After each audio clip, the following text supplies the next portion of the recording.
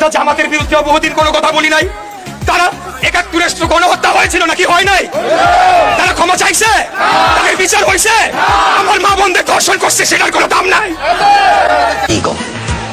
Absolutely fucking not. Wake up to reality. ৭১ যে আলবদর পরে রাজাকার বলে, এই দিকটা দেখাবেন। আমি আপনাকে একটি কথা ব্যক্ত করতে চাই। হযরত উমর রাদিয়াল্লাহু তাআলা আনহু তিনি যখন ছিলেন, তিনি কিন্তু মুসলিম ছিলেন না, তাই তিনি কিন্তু ইসলাম ধর্ম গ্রহণ করেন নাই।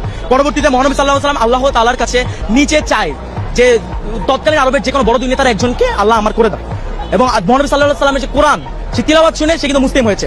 এখন কি আপনি তার পাস্টের সাথে তার প্রেজেন্ট তুলনা করবেন?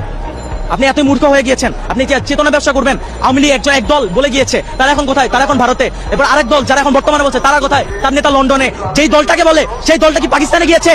সেই দলটা যায়নি, সেই দলটা ফাঁসির মঞ্চে হাসি মুখে দাঁড়িয়ে গিয়েছে। আপনি যদি আরো বলেন যে ৭১ কথাই আমি ধরি, যদি আসলে জামাতে ইসলাম রাজাকার হয়ে থাকতো, কেন মুজিবের সময়, জিয়াউর রহমানের সময় এই জামাতের কোন নেতাকর্মীকে রাজাকার বলে শাস্তি দেওয়া হয়নি?